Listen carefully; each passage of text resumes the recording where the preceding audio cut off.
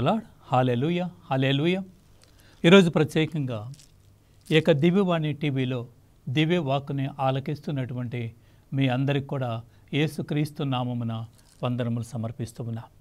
ఈనాడు ప్రత్యేకంగా ఈ యొక్క వాక్యాన్ని ధ్యానించుకోబోతున్నటువంటి సమయంలో పరిశుద్ధుడైనటువంటి మా ప్రియ పరలోకపు తండ్రి, ఈ యొక్క వాక్యమును ధ్యానించుకోవడానికి, ఈ యొక్క వాక్యమును ప్రకటించడానికి కావలసినటువంటి నీ యొక్క అభిషేకము దయచేయమని, ఎవరెవరైతే ఈ యొక్క వాక్యాన్ని ఆలకించబోతున్నారో వారందరినీ కూడా దీవించి ఆశీర్వదించమని, అమ్మ తల్లి మరియమాత మా కొరకే ప్రార్థించమని మీ కుమారుడు మా నాథుడైన యేసుక్రీస్తు నామమున అడిగి వేడుకొనుచున్నాము తండ్రి. ఆమేన్.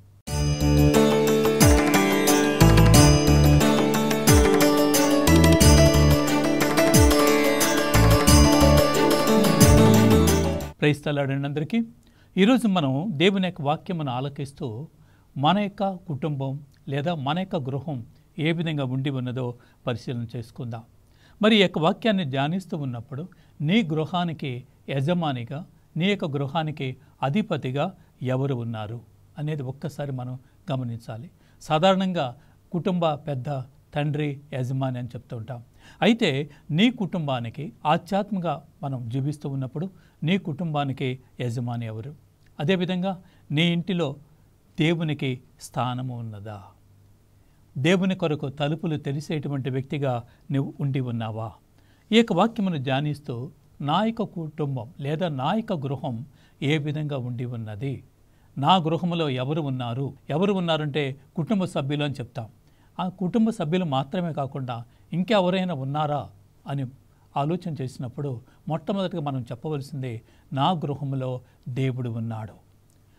మరి నిజంగా దేవుడు నీ కుటుంబంలో, నీ గృహంలో ఉన్నాడా? ఒకవేళ దేవుడు నీ యొక్క గృహంలో ఉండి ఉంటే నీ గృహం ఎలా ఉంది? ఆ దేవుడు నీ గృహంలో, నీ గృహానికి యజమానిగా ఉంటే నీ గృహం ఏ విధంగా వర్ధిల్లుచున్నది? ఏ విధంగా ఉండి ఉన్నది? నీ గృహంలో ఎవరు ఉన్నారు? ఒక్కసారి మనం పరిశీలన చేసుకుందాం. నీ గృహము అనేది ఏ విధంగా ఉండాలి అంటే ప్రార్థించే గృహముగా ఉండాలి, ప్రార్థనా గృహముగా ఉండాలి. మొట్టమొదట మనం చూసినట్లయితే మన యొక్క గృహం ఏ విధంగా ఉండాలంటే ప్రార్థనా గృహం. ఎల్లప్పుడూ కూడా నీ గృహంలో ప్రార్థన చేసే విధంగా ఉండి ఉండాలి. వాక్యం మనం గమనించినట్లయితే అపోస్తుల కార్యములు 1వ అధ్యాయము 14వ వచనం విధంగా తెలియజేస్తుంది. అక్కడ అందరూ చేరి ఎడతెగక ప్రార్థన చేయుచుండిరి. ఆ యొక్క గృహంలో ఎప్పుడు ఎల్లప్పుడూ ప్రార్థన జరుగుతూ ఉంది. అదేవిధంగా అపోస్తుల కార్యములు 2వ అధ్యాయము 42వ వచనం మనం చూసినట్లయితే వారు అందరూ కూడా బోధయందు, సహవాసమందు, రొట్టె విరుచుటయందు, ప్రార్థించుటయందు నిమగ్నమైరి. ఆ గృహం అనేది ఒక ప్రార్థనా గృహముగా ఉంది. ఆ గృహంలో ఎల్లప్పుడూ కూడా ప్రార్థన జరుగుతుంది. నీ యొక్క గృహంలో, నా యొక్క గృహంలో ఇలాంటి ప్రార్థన జరుగుతూ ఉందా? మరి ఆ ప్రార్థన జరిపించే వారిని, ఆ ప్రార్థనలో పాల్గొనే వారిని మనం పిలుస్తూ ఉన్నామా మన యొక్క గృహంలోనికి? కనుక మన గృహం ఏ విధంగా ఉండాలంటే ఒక ప్రార్థనా గృహముగా ఉండి ఉండాలి. అదేవిధంగా కీర్తన 40వ కీర్తన 1వ వచనం మనం చూసినట్లయితే నేను గంపడ ఆశతో ప్రభు కొరకు కనిపెట్టుకొని ఉంటేనే ఎటకేలకు ఆయన నా వేడుకోలును ఆలకించాను. ఎప్పుడైతే నీ గృహంలో నువ్వు ప్రార్థన చేస్తూ ఉన్నావో, నువ్వు ప్రార్థన చేస్తూ ఉన్నప్పుడు కీర్తనకారుడు అంటున్నాడు నా వేడుకోలును ఆయన ఆలకించాను. కనుక మనం ప్రార్థన చేస్తూ ఉన్నప్పుడు, నీ గృహంలో ప్రార్థన చేస్తూ ఉన్నప్పుడు, నీ గృహంలో 10 మంది కలిపి ఒక సంఘముగా ఏర్పడి ప్రార్థన చేస్తూ ఉన్నప్పుడు ఆ ప్రార్థన దేవుడు అంటున్నాడు ఆ ప్రార్థన నా చెవిన పడేను, ఆ వేడుకోలను నేను ఆలకించి తిని అని చెప్పి ప్రభు దేవుడు పలుకుతూ ఉన్నాడు. అపోస్తుల కార్యములు 12వ అధ్యాయము 12వ వచనం మనం చూసినట్లయితే పేతురు గారు చెరసాల నుంచి ఇంటికి వెళ్ళినప్పుడు అక్కడ అందరూ కూడా కలిసి ప్రార్థన చేస్తూ ఉండేరని వాక్యం పలుకుతుంది. చెరసాల్లో ఉన్నటువంటి పేతురుని దేవదూత చెరసాల నుంచి బయటికి తీసుకొని వచ్చినప్పుడు ఆ యొక్క పేతురు ఇంటికి వెళ్ళినప్పుడు అక్కడ ఉన్నటువంటి వారందరూ కూడా కలిసి ప్రార్థన చేస్తూ ఉండరి. కనుక మన గృహం ఏ విధంగా ఉండాలి అంటే ఒక ప్రార్థనా గృహముగా ఉండాలి. మన గృహం ఏ విధంగా ఉండాలంటే 10 మంది చేరి ఆ యొక్క గృహములో దేవుని సన్నిధిలో ప్రార్థించే కుటుంబముగా, ప్రార్థించే గృహముగా ఉండి ఉండాలి. మరి ఆ విధంగా మన యొక్క గృహము ఉండి ఉన్నదా అని ఒక్కసారి మనం ఆలోచన చేయాలి. మరి నీ గృహం ఏ విధంగా ఉన్నది? నీ గృహం టీవీలు చూస్తూ వినోదాలతో, సంతోషముతో, ఆనందములతో కేరింతలు కొట్టేటువంటి గృహముగా ఉన్నదా? లేకపోతే దేవుని సన్నిధిలో దేవుని యొక్క కీర్తనలను పాడుతూ, దేవుని యొక్క వాక్యమును చదువుతూ, దేవుని సన్నిధిలో ప్రార్థించే గృహముగా ఉండి ఉన్నదా అనేది ఒక్కసారి మన గృహాన్ని గురించి మనం ఆత్మ పరిశీలన చేసుకోవాలి. రెండవదిగా చూస్తే ఆ గృహంలో ఏముండాలి అంటే నిత్యము దేవుని యొక్క వాక్కు ఉండాలి. దేవుని సన్నిధిలో ప్రార్థించగలగాలి. వాక్యము చదువుతూ ఉండాలి. మనం చూసినట్లయితే అపోస్తల కార్యములు 10వ అధ్యాయము 24వ వచనం చూసినట్లయితే అక్కడ కొర్నేలు తన ఇంటిలో ఉండి పేతురు కొరకు ఎదురు చూస్తూ ఉన్నాడు. దేవుడు కొర్నేలుకు ఒక దర్శనమిచ్చి పేతుర్ని పిలిపించమనగా పేతుర్ని తీసుకొని వస్తూ ఉన్నారు. ఆయన రాక కొరకు కొర్నేలు ఎదురు చూస్తూ తాను ఒక్కడే కాదు, తన చుట్టూ ఉన్నటువంటి బంధువులని, స్నేహితులని అందరిని కూడా ఆ గృహములోనికి ఆహ్వానించి పేతుర్ని కొరకు ఎదురు చూస్తూ ఉన్నారు.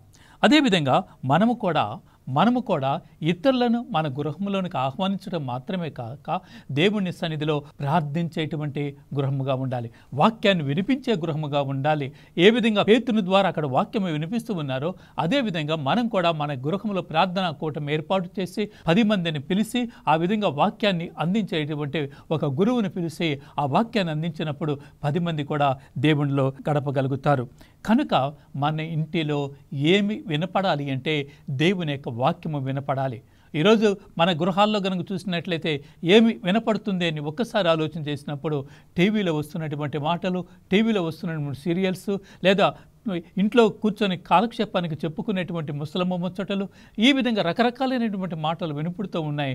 కానీ దేవుడు పలుకుతూ ఉన్నాడు, నీ గృహంలో వినపడవలసింది దేవుని యొక్క మాటలు వినపడాలి, దేవుని యొక్క మాటలను ప్రకటించబడాలి. కనుక వాక్యం అనేది మన ఇంట్లో ఉండాలి, వాక్యాన్ని మనం ప్రకటించేటువంటి బిడ్డలుగా ఉండాలి అని చెప్పి ప్రభు దేవుడు పలుకుతూ ఉన్నాడు. అదేవిధంగా మన యొక్క గృహము ఏ విధంగా ఉండాలి అంటే కేవలము ప్రార్థించే గృహము కాకుండా, వాక్యము వినిపించే గృహం కాకుండా నీ గృహము రక్షణ గృహముగా ఉండాలి, రక్షణ కలిగినటువంటి గృహముగా ఉండాలి. నీ ఇంట్లోనికి వచ్చినటువంటి వారు రక్షణ పొందుకునేటువంటి విధంగా ఉండాలి. వాక్యము గమనించినట్లయితే లోకా సువార్త 19వ అధ్యాయము 9వ వచనంలో ప్రభు దేవుడు పలికినటువంటి మాట, ఇదిగో ఈ ఇంటికి నేడే రక్షణ వచ్చి ఉన్నది అని చెప్పి ప్రభు పలుకుతూ ఉన్నాడు. ఈ ఇంటికి నేడే రక్షణ వచ్చి ఉన్న నేడే అంటున్నాడు ప్రభు దేవుడు. అంతవరకు ఆ యొక్క గృహంలో ఉన్నటువంటి జక్కయ్య ఏ విధంగా జీవించాడో మనందరికీ తెలుసు. జక్కయ్య ఒక పాపకరమైనటువంటి జీవితాన్ని జీవిస్తున్నటువంటి జక్కయ్య ఎప్పుడైతే ప్రభువుని చూడాలని ఆశతో తలంపుతో ప్రభు చెంతకు వెళ్ళాడో, ఆ ప్రభువుని చూశాడో, ఆ ప్రభు చెట్టు మీద ఉన్నటువంటి జక్కయ్యను చూసి జక్కయ్యని కిందకి దిగిరమ్మని చెప్పి ఆ జక్కయ్యతో పాటు ఆ ఇంటికి వచ్చాడు. ఎప్పుడైతే ఆ ప్రభు ఆ ఇంటిలోకి వచ్చాడో ఆ జక్కయ్య అంతవరకు అవినీతికరంగా సంపాదించినటువంటి సంపదను అంతటను కూడా పేదలకు, అదేవిధంగా తాను ఎవరి వద్ద వసూలు చేశారో వారందరూ కూడా తిరిగి ఇచ్చివేసి ఒక పేదవాడిగా మారిపోతూ ఉన్నాడు. అప్పుడు ప్రభు దేవుడు పలికినటువంటి మాట, ఈ ఇంటికి నేడే రక్షణ వచ్చి ఉన్నది, ఈయన కూడా అబ్రహాము కుమారుడే అంటున్నాడు. కనుక మన ఇంటికి కూడా రక్షణ రావాలి. మన ఇల్లు కూడా ఒక రక్షించబడినటువంటి కుటుంబంగా ఉండాలి. మన ఇల్లు కూడా ఇతరులను దేవుని సన్నిధికి చేర్చేటువంటి కుటుంబంగా ఉండాలి. అందుకే మనం కీర్తన 61:3 గనక మనం చూసినట్లయితే, నాకు ఆశ్రయ దుర్గములు నీవే, శత్రువుల నుండి నన్ను సంరక్షించు కోటవు నీవే. శత్రువుల నుంచి మనల్ని ఎవరు రక్షిస్తారంటే ఆ ప్రభు దేవుడే. రక్షణ కల్పించేది ఆయనే. అందుకే మనం సామెతల గ్రంథం 18వ అధ్యాయము 10వ వచనం మనం చూస్తే, ప్రభు దివ్య నామము కోట వంటిది. ప్రభు దివ్య నామం, ఆయన నామాన్ని స్మరిస్తూ, ఆయన నామాన్ని ప్రకటిస్తూ ఎక్కడ ఉంటుందో అది ఒక కోటలాగా మారిపోతుంది. ప్రభు దివ్య నామము కోట వంటిది. పుణ్యపురుషులు దానిలోనికి ప్రవేశించి రక్షణము పొందుదురు. పుణ్యపురుషులు దానిలోనికి ప్రవేశించి ఎక్కడ దేవుని యొక్క వాక్యము వినిపించబడుతుందో, ఎక్కడ దివ్య నామము కోట వల్ల ఉండి ఉన్నదో అక్కడ పుణ్యపురుషులు దానిలోనికి ప్రవేశించి రక్షణను పొందుదురు. కనుక నీ గృహములో కనుక ఇలాంటి కార్యం ఏర్పాటు చేసినప్పుడు నీ గృహములోనికి వచ్చేటువంటి వారు కూడా రక్షణ పొందుకుంటారు అని చెప్పి దేవుని యొక్క వాక్యం మనకి తెలియచేస్తుంది. అందుకే యెహోషువ అంటున్నాడు, యెహోషువ గ్రంథం 24వ అధ్యాయము 15వ వచనం మనం చూసినట్లయితే యెహోషువ పలుకుతున్నటువంటి మాట, నేనును నా కుటుంబమును యావేను మాత్రమే సేవింతుము. నేనును నా కుటుంబం ఇంతవరకు ఏ విధంగా ఉన్నా కూడా మీరు ఎవరిని ఆరాధించినా ఎవరిని పూజించినా నేను మాత్రం నా కుటుంబము యావేను మాత్రమే పూజించదము, యావేను మాత్రమే ఆయన యొక్క నామాన్ని మాత్రమే స్మరించదము అని చెప్పి పలుకుతున్నటువంటి మాట. మరి ఈ మాట మనం పలకగలుగుతున్నామా? నువ్వు ఎవరిని సేవిస్తూ ఉన్నావు, ఎక్కడికి వెళుతున్నావు అని ఒక్కసారి ఆలోచన చేస్తే కొంతమందిని మనం చూసినట్లయితే ఎక్కడికో వెళుతూ ఉన్నారు, ఏదేదో చేస్తూ ఉన్నారు, ఎవరెవరో దగ్గరికి వెళ్ళి వారి చెంత వీరి చెంత ప్రార్థనలు చేయించుకుంటూ ఉన్నారు, ఇంకా రకరకాలుగా వారు కావలసినటువంటి వాటిని పొందుకుంటూ ఉన్నారు. కానీ సజీవుడైనటువంటి దేవుని దగ్గరికి రావటం లేదు. మంత్రాలని తంత్రాలని తాయితులని వెళ్ళకూడనటువంటి స్థలంలో కూడా వెళుతూ అక్కడ రక్షణ దొరుకుతుందేమో, అక్కడ సంతోషం దొరుకుతుందేమో అనే ఆశతో వెళుతూ ఉన్నారు. ఆ విధంగా కాకుండా రక్షణ ఇవ్వగలిగింది ఆ ఒక్క దేవుడు మాత్రమేనని, ఆ దేవుడు ఎక్కడ కాదు నీ గృహంలోనే ఉండి ఉన్నాడు అని చెప్పి మనం గమనించగలగాలి. అదేవిధంగా మనం 4వదిగా చూస్తే మన గృహం ఏ విధంగా ఉండాలి అంటే దేవుని యొక్క గృహముగా మారిపోవాలి. దేవుని యొక్క గృహం, ఆ యొక్క గృహాన్ని చూసి ఈ గృహంలో దేవుడు ఉంటూ ఉన్నాడు, ఈ గృహంలో దేవుని కార్యములు జరుగుతూ ఉన్నాయి, ఈ గృహంలో ఎల్లప్పుడూ ప్రార్థనలు జరుగుతున్నాయి అనే విధంగా నీ యొక్క గృహము ఉండి ఉండాలి. వాక్యం మనం గమనించినట్లయితే 1 కొరింథీయుల పత్రిక 3వ అధ్యాయము 9వ వచనం ఈ విధంగా తెలియజేస్తుంది, మీరు దేవుని యొక్క భవనము. అంటే మీరు ఉన్నటువంటి ఇల్లు, ఆ యొక్క గృహము ఎవరిది అంటే అది దేవుని యొక్క భవనముగా ఉండాలి అని చెప్పి దేవుని యొక్క వాక్యం అంటుంది. అదేవిధంగా కొరింథీయుల పత్రిక 3వ అధ్యాయం 16వ వచనం మనం చూసినట్లయితే, మీరు దేవుని ఆలయమని దేవుని ఆత్మకు నివాసమని మీకు తెలియదా? మీరు దేవుని ఆలయము, దేవుని ఆత్మకు నివాసము, దేవునికి నివాస యోగ్యముగా నీ గృహాన్ని మార్చుకోవాలి అని చెప్పి ప్రభు దేవుడు మనకి తెలియపరుస్తూ ఉన్నాడు. అదేవిధంగా హెబ్రీయుల పత్రిక 3వ అధ్యాయం 4వ వచనం మనం చూస్తే, గృహమును ఎవరో ఒకరు నిర్మించరు కానీ దేవుడు విశ్వ నిర్మాత, అన్ని గృహాలను ఏర్పాటు చేసేది దేవుడే. కనుక మన గృహంలో ఎవరు ఉండాలంటే ఆ విశ్వ నిర్మాత అయినటువంటి దేవునికి మన యొక్క గృహములో స్థానము ఉండాలి.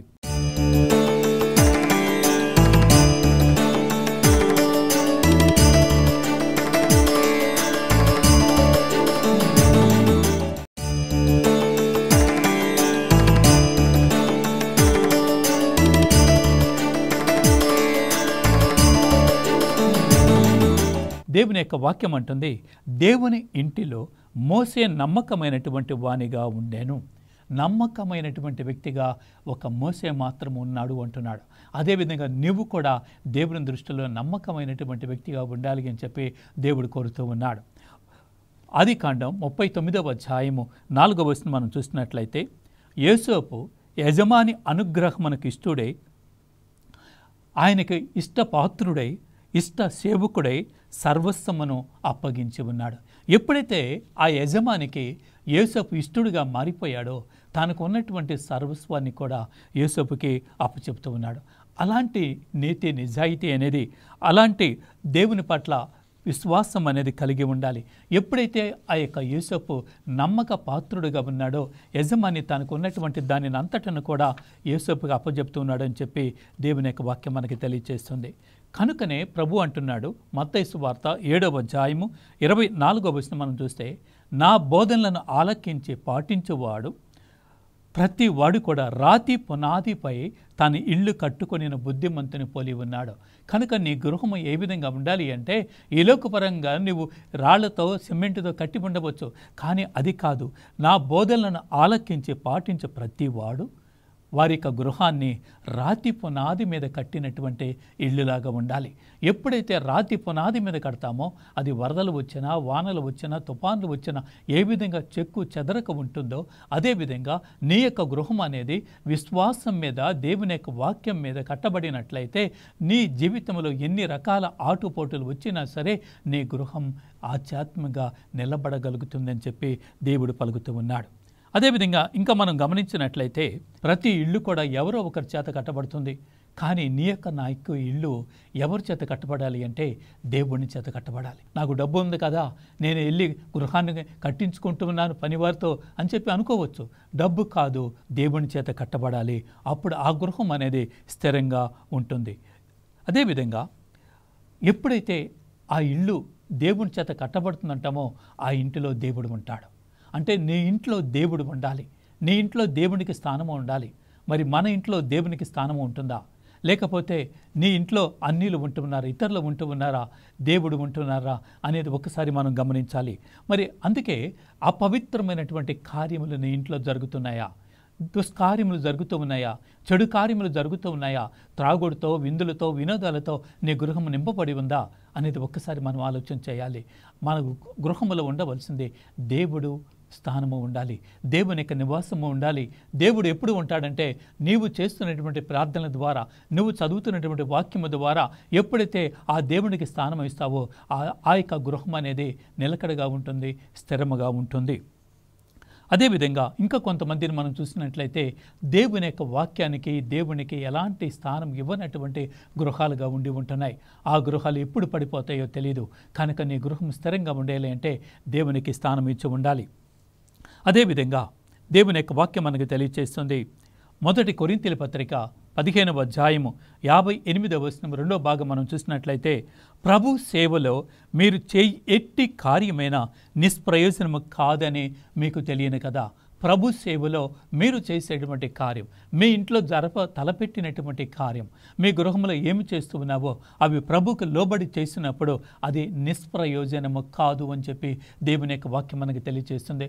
కనుక నీ ఇంటిలో గనక దేవుడు ఉంటే, నీలో కనుక దేవుడు ఉంటే, నువ్వు చేసేటువంటి ఏ పని కూడా నిష్ప్రయోజనము కాదు, అది సఫలీకృతం అవుతుంది అని చెప్పి దేవుని యొక్క వాక్యం మనకు తెలియజేస్తుంది.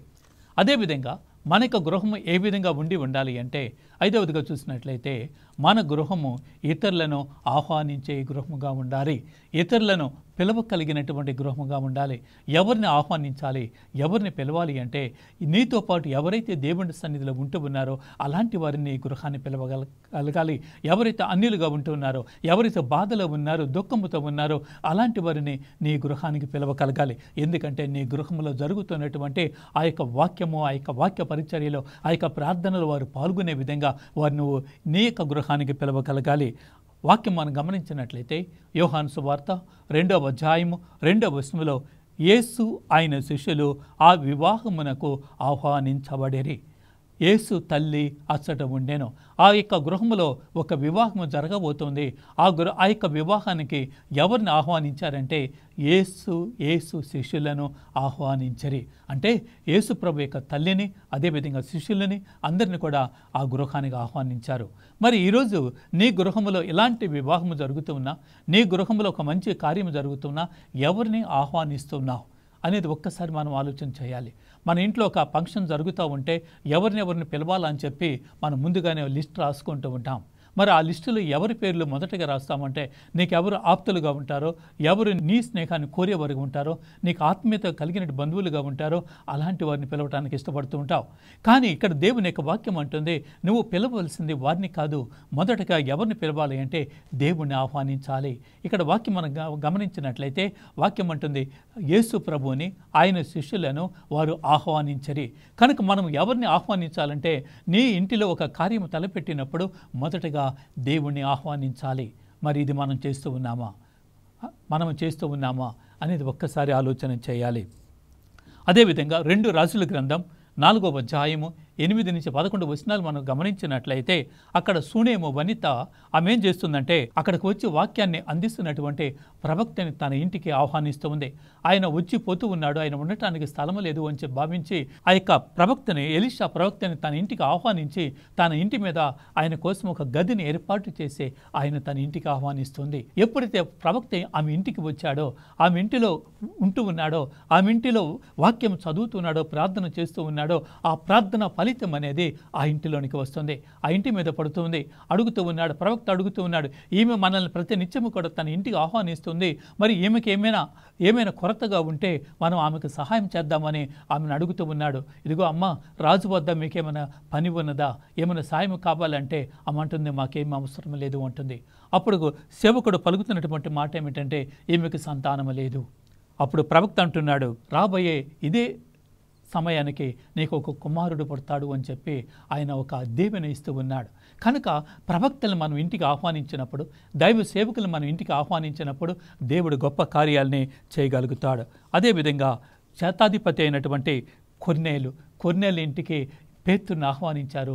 అక్కడ పేతురు ఆహ్వానించినప్పుడు అక్కడ జరిగినటువంటి సంఘటన మనం చూసినట్లయితే ఆ యొక్క ప్రార్థనలో పాల్గొన్నటువంటి ప్రతి ఒక్కరు కూడా ఆత్మతో, పవిత్రాత్మతో నింపబడిరి అని చెప్పి మనం వాక్యంలో మనం చదువుతూ ఉన్నాం. కనుక ఆ ఇంటికి వచ్చినటువంటి ప్రతి ఒక్కరు కూడా ఆత్మతో నింపబడ్డారు. అదేవిధంగా లోకాసువార్త 7వ అధ్యాయం 36వ వచనం మనం చూసినట్లయితే సిమోను తన ఇంటికి యేసుని ఆహ్వానిస్తూ ఉన్నాడు. అదేవిధంగా యాయూరు యేసు ప్రభుని తన ఇంటికి తీసుకొని వెళుతూ ఉన్నాడు. మనం ఎప్పుడైనా యేసుని, ప్రభు దేవుణ్ణి మన ఇంటికి ఆహ్వానిస్తున్నామా అనేది గమనించాలి. ఇంకా 6వదిగా చూస్తే మన గృహం ఏ విధంగా ఉండాలంటే ఆతిథ్యం ఇచ్చేటువంటి గృహంగా ఉండాలి. ఇతరులకు ఆతిథ్యం ఇవ్వాలి, ఇతరులను మన ఇంటికి పిలవగలగాలి, వారికి కావలసినటువంటి అతిథి సత్కారాలు చేసేటువంటి గృహంగా ఉండాలి. అందుకే హెబ్రీయుల పత్రిక 13వ అధ్యాయము 1వ వచనం మనం చూసినట్లయితే ఒకరినొకరు సర్వదా ప్రేమింపుడు, పరాయి వారికి ఆతిథ్యం మొసకొటిలో అశ్రద్ధ చేయకుడు. దానివలన కొందరు తమకు తెలియకయే ఇతరులకు ఆతిథ్యం ఇస్తూ ఉన్నారు. నీవు ఒక దైవ సేవకునికి ఆతిథ్యం ఇచ్చినప్పుడు నువ్వు ఎంతో ఫలితాన్ని, దీవెని పొందుకోగలవు.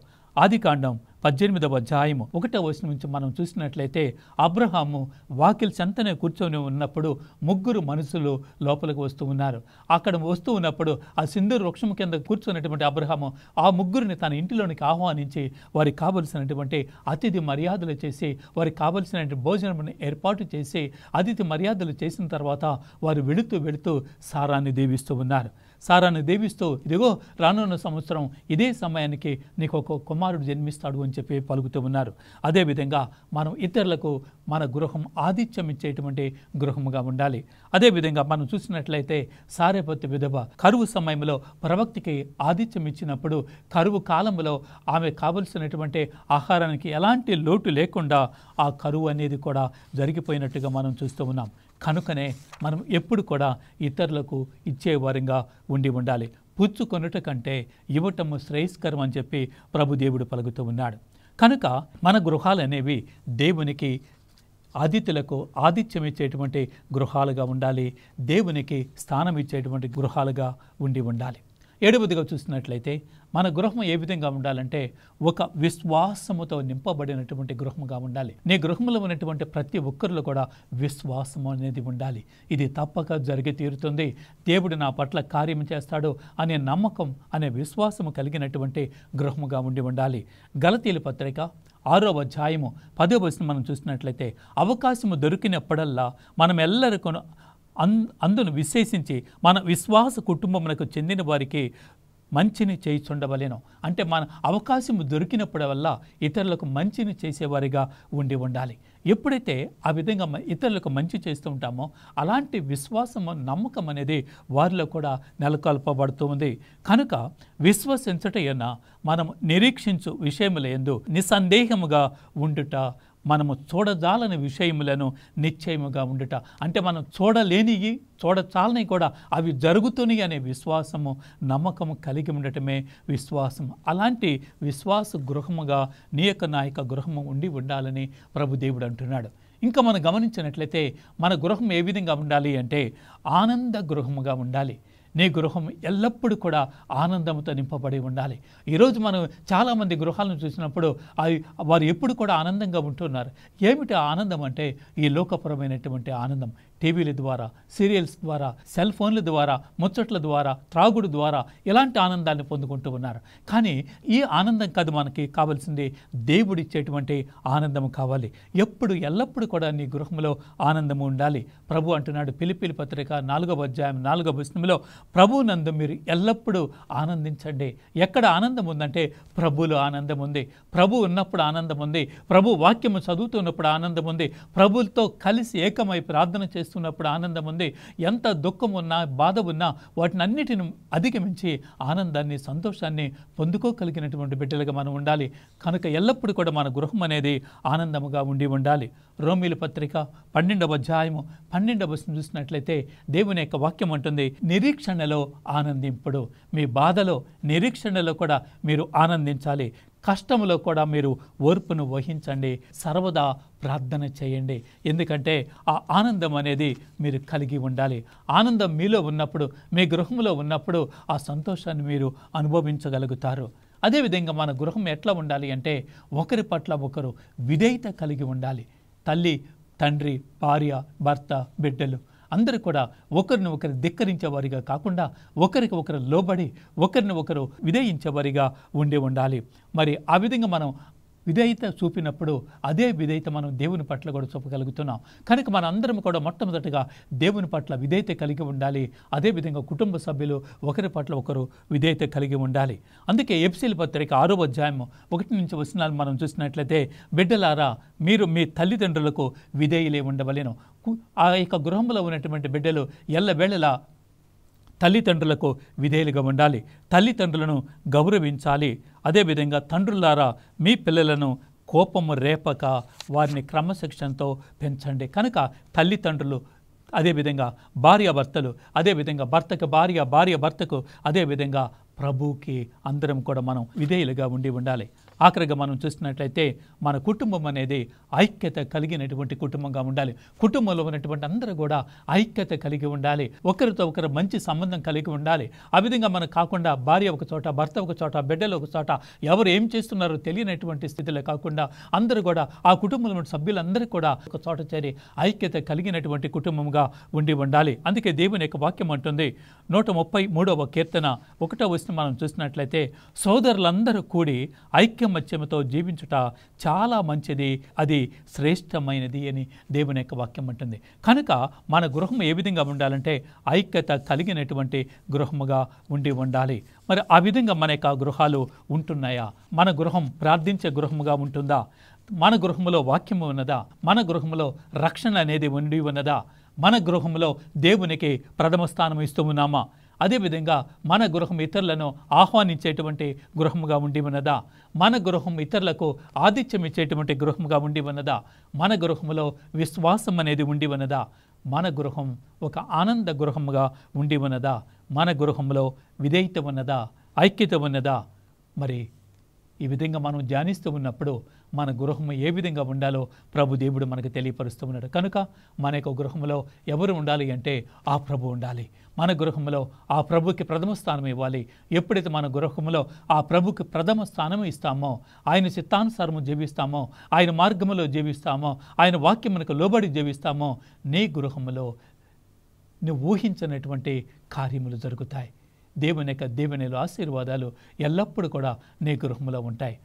ఆ విధంగా మనందరి గృహాలని ఆ ప్రభు దేవుడు దీవించి ఆశీర్వదించాలని, ఆ దేవునికి ప్రథమ స్థానం ఇస్తూ దేవుని యొక్క దీవెనలను పొందుకునేటువంటి గృహాలుగా మనం గృహాలు ఉండాలి అని చెప్పి దేవుని సన్నిధిలో ప్రార్థన చేసుకుందాం.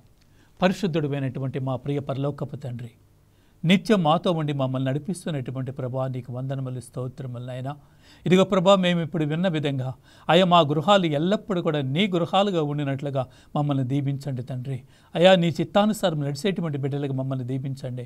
నిత్యము నీ సన్నిధిని అనుభవించేటువంటి గృహములుగా, నీ యొక్క వాక్యపు వెలుగులో జీవించేటువంటి గృహములుగా, నీ యొక్క వాక్యానికి లోబడి జీవించేటువంటి గృహములుగా మా అందరి గృహాలను దీవించి ఆశీర్వదించమని, ఈ యొక్క దివ్య వాక్కుని ఆలకిస్తున్నటువంటి ప్రతి ఒక్కరిని కూడా పేరు పేరున దీవించి ఆశీర్వదించమని, అమ్మ తల్లి మరియమాత మా కొరకై మీ కుమారుని సన్నిధిలో ప్రార్థించమని యేసుక్రీస్తు నామమున అడిగి వేడుకొనుచున్నాము తండ్రి.